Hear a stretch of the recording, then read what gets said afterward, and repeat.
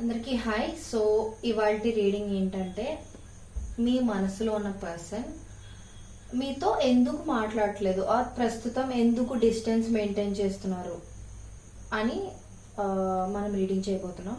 So mostly ఈ reading ఈరోజు చేయబోయే రీడింగ్ సెపరేషన్లో ఉన్న వారికి, లెస్ కాంటాక్ట్లో ఉన్న వారికి, నో కాంటాక్ట్లో ఉన్న వారికి, లేదా విడిపోయి ఉన్న వాళ్ళు మళ్ళీ కలుస్తారు లేదా అని లో so that kind of people కి అందరికి ఈ రీడింగ్ కనెక్ట్ అవుతుంది. So let's get started. Universe, please give me accurate reading. Universe, why my collectives person is not contacting them at this moment. Universe, why my collective's person is not contacting them. Universe, oh my god, why my collective's person is not contacting my collective. Universe, why my collective's person is not contacting my collective. Universe, why my collective's person is not contacting my collective. Universe, why my collective's person is not contacting my collective. Universe,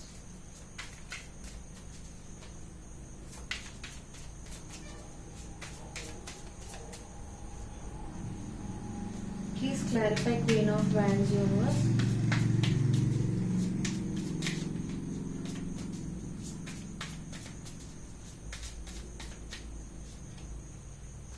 please clarify Three of Pentacles. Universe,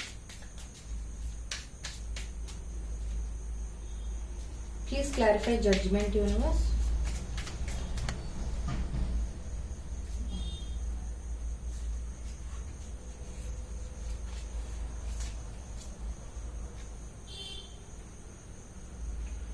so ఇక్కడ ఏంటంటే, మీ person మిమ్మల్ని ఎందుకు contact చేయట్లేదు are మీతో ఎందుకు మాట్లాడట్లేదు, మీకు ఎందుకు కాల్ చేయట్లేదు, ఎందుకు మెసేజ్ చేయట్లేదు, what ever might be the question. So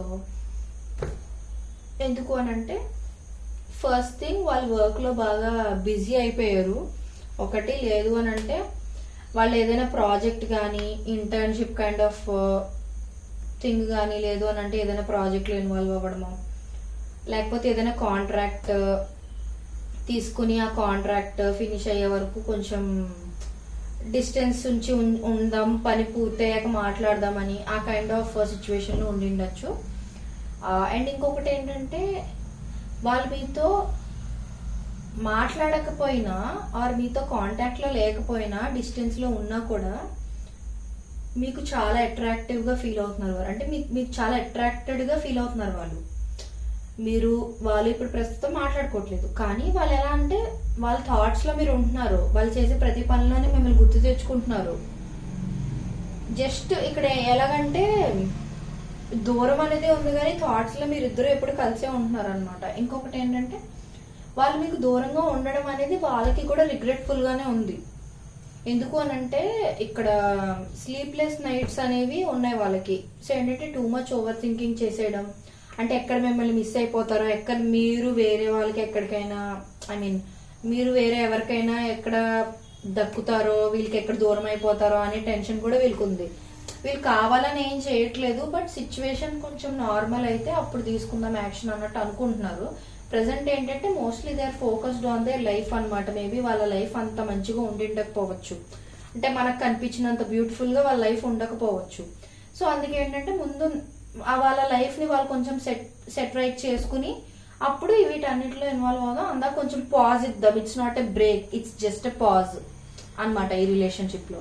so అందుకని వాళ్ళకి చాలా పెయిన్ఫుల్ గా అనిపించినా, మీతో మాట్లాడకుండా ఉండడం వాళ్ళకి ఎంత కష్టంగా అనిపించినా వాళ్ళు ఉంటున్నారు తప్పదు అని చెప్పి. అండ్ ఇంకొకటి ఏంటంటే, మీకు ఒక కమిట్మెంట్ ఇవ్వాలి, లేదనంటే ఆల్రెడీ మీరు కమిట్మెంట్ తీసుకున్న రిలేషన్షిప్ అయితే మ్యారేజ్ వరకు ఈ రిలేషన్షిప్ ని తీసుకెళ్ళాలి అని ఇవన్నీ కూడా ఉన్నాయి. ఇంకొకటి ఏంటంటే, మీలో ఎవరికైనా రిలీజియస్ డిఫరెన్సెస్ కానీ, క్యాస్ట్ డిఫరెన్సెస్ కానీ, లేదు అని అంటే మీ పర్సన్ కానీ మీరు కానీ పూర్, ఇంకొకరేమో రిచ్ అయ్యుండి, అంటే స్టేటస్ డిఫరెన్సెస్ కానీ ఇలా ఏమైనా ఉండుంటే, సొసైటీల్ ప్రెషర్స్ అనేవి ఎక్కువ పడిపోతున్నాయి అనమాట మీ రిలేషన్షిప్ మీద. సో ఏంటంటే for example me person poor అయి ఉండి మీరు రిచ్ అయి ఉన్నారు అనుకోండి, ఆర్ మీరు వాళ్ళకన్నా కొంచెం ఎక్కువ సొసైటీయల్ స్టేటస్ లో ఉండున్నారు అనుకోండి. సో అవతల మిమ్మల్ని వాళ్ళు పెళ్లి చేసుకోవాలి అని అనుకుంటే బయట సొసైటీ పీపుల్ వాళ్ళని మీరు ఇంత పూర్ ఇలాంటి పర్సన్ పెళ్లి చేసుకోవడం ఏంటి అని అనవసరంగా వాళ్ళు మాట పడిపోవడం లాంటిది జరగకూడదు అని చెప్పి ఫస్ట్ వాళ్ళ ఫినాన్షియల్ స్టేటస్ ని కానీ వాళ్ళు ఉన్న పొజిషన్ ని కానీ సెట్ చేసుకోవాలనుకుంటున్నారు. సెట్ చేసుకున్న తర్వాత అప్పుడు మాట పడ్డం కానీ సొసైటీల ప్రెషర్స్ కానీ ఉండవు కదా. సో మీ రిలేషన్ లో అయితే మాక్సిమం చాలా మందికి కనెక్ట్ అవ్వచ్చు. ఇది క్యాస్ట్ డిఫరెన్సెస్ లాంటివి కూడా ఉండిండొచ్చు. సో సొసైటీయల్ ప్రెషర్స్ ఎక్కువ పడతాయి. సో వాటి నుంచి బయటపడటం కోసం మీ పర్సన్ హార్డ్ వర్క్ చేస్తున్నారు అనమాట. సో వాళ్ళ దగ్గర అయితే ప్రస్తుతం ఏం లేదో అది సంపాదించుకోవడం కోసం చాలా అంటే చాలా హార్డ్ వర్క్ చేస్తున్నారు. సో ఏ డిస్ట్రాక్షన్స్ ఉండకుండా కొన్నాళ్ళు గోల్స్ మీద ఫోకస్ చేద్దాం అన్నట్టుగా వాళ్ళు కొంచెం పాజ్ పెట్టి ఉండొచ్చు మీకు.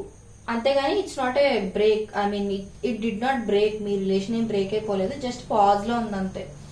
అండ్ ఇంకొకటి ఏంటంటే వాళ్ళకి సెకండ్ ఛాన్స్ కావాలి ఖచ్చితంగా. అంటే మేబీ వాళ్ళు మీతో రూడ్ గా మాట్లాడి ఉండొచ్చు, కోపంగా కూడా చెప్పి ఉండొచ్చు. అంటే నీకు నాకు ఇంక ఏ రిలేషన్ వద్దు, ఇక్కడికి బ్రేక్ చేసేద్దామని కానీ అలా కూడా చెప్పుండొచ్చు. ఎందుకంటే మేబీ మీరు కూడా మీ గోల్స్ మీద ఫోకస్ చేస్తే మంచిది అనే ఆలోచనతో, లేదంటే మీరు మీ గోల్స్ మీద ఫోకస్ చేయడం అనేసి ఎక్కువ ఈ రిలేషన్షిప్ మీద ఫోకస్ పెట్టి మీ కెరియర్ గురించి ఆలోచించడం మానేయడం మీ పర్సన్ అబ్జర్వ్ చేశారే అనుకుందాం.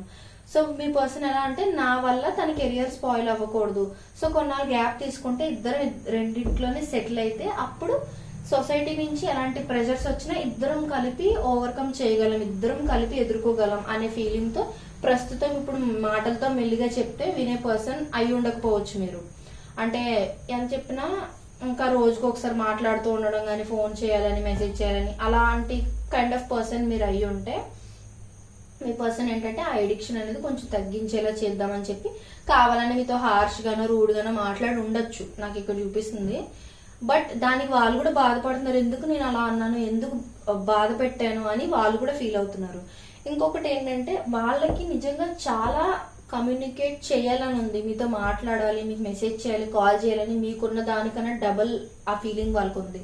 కానీ ఏంటంటే నో, ఈ టైంలోని ఓన్లీ మనం ఏదైతే సాధించాలనుకున్నో దాని మీదే ఫోకస్ చేయాలి, లేదనంటే ఫ్యూచర్ అనేది లేకుండా పోతుంది మా ఇద్దరికి అని చాలా ఎక్కువ టెన్షన్ తీసుకుంటున్నారు అనమాట.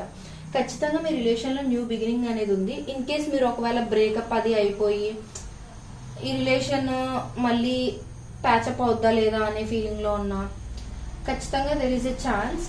పెయిన్ అనేది ఎండ్ అవుతుంది ఖచ్చితంగా, ఈక్వల్ గివ్ అండ్ టేక్ అనేది ఉంటుంది, మంచి ఫార్మ్ ఆఫ్ లవ్ ఉంటుంది అనమాట. అంటే ఇద్దరు సైడ్ నుంచి ఈక్వల్ ఎఫర్ట్స్ పెట్టడం, జెన్యున్ ప్యూర్ లవ్ అనమాట. అంటే అన్కండిషనల్ లవ్ అంటారు చూడండి, లవ్ అనేది ఎప్పుడు కండిషన్స్ తో రాకూడదు. నువ్వు ఇలా ఉంటేనే నేను ఇలా ఉంటాను, నేను ఎలా ఉంటేనే నువ్వు అలా ఉండాలి అని ఏ కండిషన్స్ పెట్టకూడదు. నువ్వు ఇలా ఉంటేనే నేను లవ్ చేస్తానని నో, అలా కాదు. ఏ కండిషన్స్ లేకుండా ఒకలంటే ఇష్టం ఉండేదే అన్కండిషనల్ లవ్. కాబట్టి ఆ kind of love next me relation మళ్ళీ ఒక కొత్త స్టార్ట్ తీసుకున్న వెంటనే వస్తుంది అనమాట. అంటే I'm not talking about any other relationship. ఒకవేళ బ్రేక్ అయి ఉంటే మీ రిలేషన్షిప్ లేదా ఒక పాజ్ లో ఉండుంటే ఈ పాజ్ తర్వాత ఈ బ్రేక్ తర్వాత అదే రిలేషన్షిప్ ఒక కొత్త స్టార్ట్ తో కంటిన్యూ అవుతుంది అనమాట.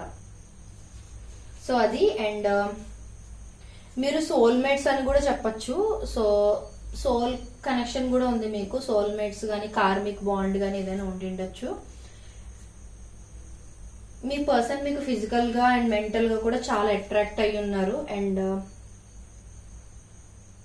యా, సో అందుకు నేను ఇక్కడ ఆల్రెడీ చాలా రీజన్స్ చెప్పాను. ఏ రీజన్ అయినా మీకు కనెక్ట్ అయితే తీసుకోండి, మొత్తం కనెక్ట్ అవ్వాలని లేదు. ఎందుకంటే జనరల్ రీడింగ్, ఈ రీడింగ్ మీరు నేను పోస్ట్ చేసినప్పుడే కాదు ఎప్పుడు చూసినా సరే అది మీకు కనెక్ట్ అవుతుంది అని అంటే ఆ రీడింగ్ అప్పుడు మీకోసం డివైన్ పంపించిందనే అర్థం అనమాట. సో ఇది జనరల్ రీడింగ్ కాబట్టి అందరికి కనెక్ట్ అవ్వదు, మీకు ఏం కనెక్ట్ అవుతుందో అదే తీసుకుని మిగతాది you can just ignore that. And so ఇది ఇవాళ రీడింగ్. మీకు ఎవరికైనా నచ్చినట్లయినా అండ్ మీకు ఎవరికైనా కనెక్ట్ అయినట్టయితే నాకు కామెంట్ బాక్స్ లో ఖచ్చితంగా తెలియజేయండి. And please like, share and subscribe to my channel. And further గా ఎలాంటి వీడియోస్ కావాలి అనేది కూడా నాకు ఖచ్చితంగా తెలియజేస్తే నెక్స్ట్ చేసే వీడియోస్ లోని ఖచ్చితంగా కంటెంట్ పెట్టడానికి ట్రై చేస్తాను. అండ్ పర్సనల్ రీడింగ్స్ ఎవరికైనా కావాలనుకుంటే prices are very very reasonable. So మీరు ఒకసారి చెక్ చేయొచ్చు. సింగిల్ క్వశ్చన్ కి కూడా మేము రీడింగ్ చేస్తున్నాము తక్కువ కాస్ట్ కే. So okay, so thank you so much. Bye bye, take care.